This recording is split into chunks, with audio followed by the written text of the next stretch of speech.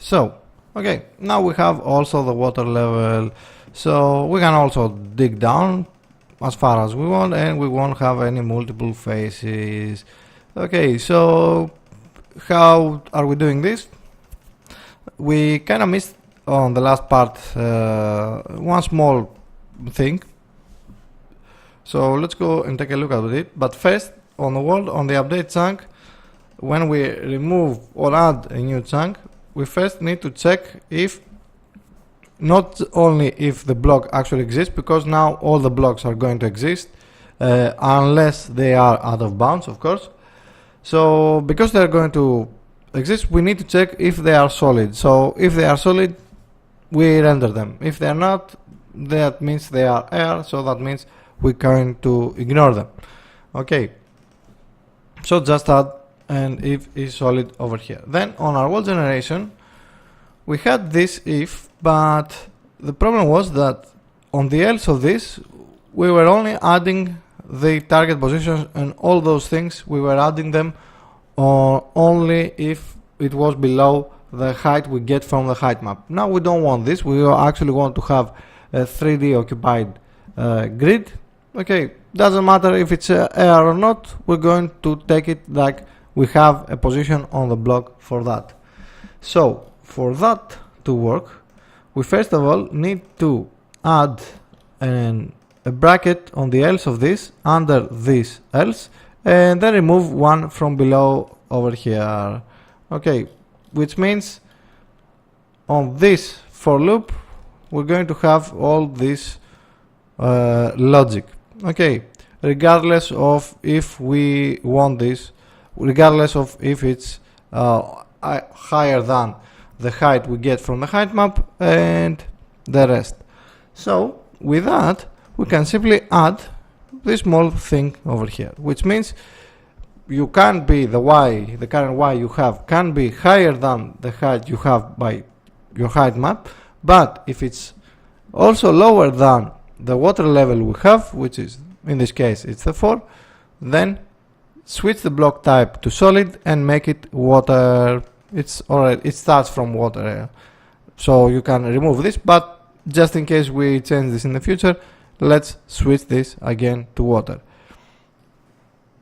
Okay, similarly, if it's the same with this, although we probably can, no, actually let's keep this. Okay, so if it's lower than water, makes it water, sand or ground and so on. Everything else stays the same. But what we do need to change is change the target position from the height to whatever the y we have over here on our for loop, and also change the block, the address of the block x, y, z. Okay, so basically what this does, it's what we've seen previously in the video, but just to have a more idea of it, let's say we want to remove this too, the is solid, and see what changed. So hit play, hit load. Okay, everything works right now because that's how we set it up. But when we want to update the chunk and hit, to update it, you will see that we basically populate the entire chunk with block data. Okay, and so on.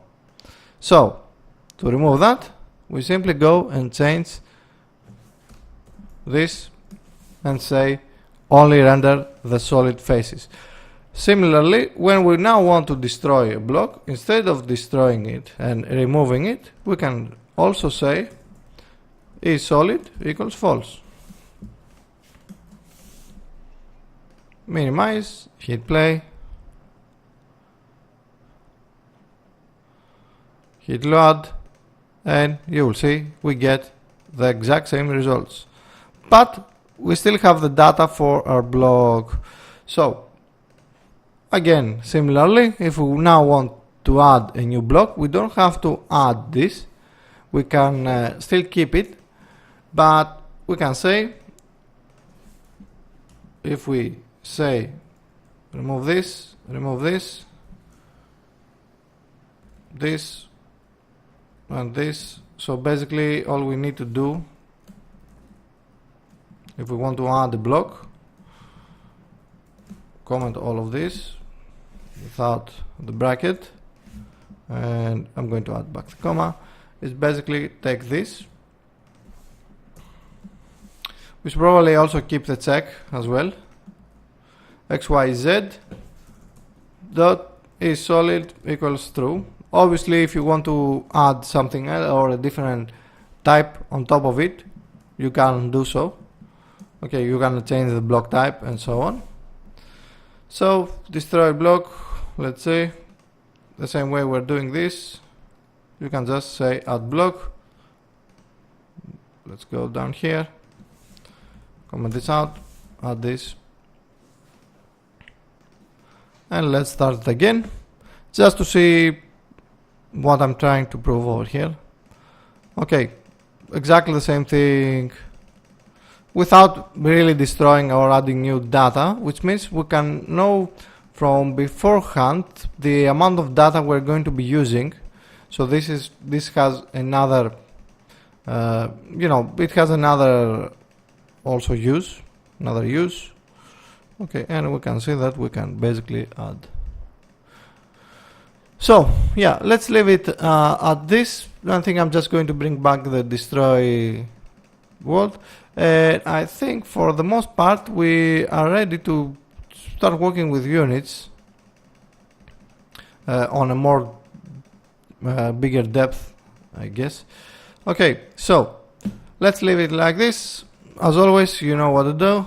Like, subscribe, and if you'd like to see more videos like this, then consider supporting me on Patreon so we can keep making this until it's a full game. I'll see you on the next one.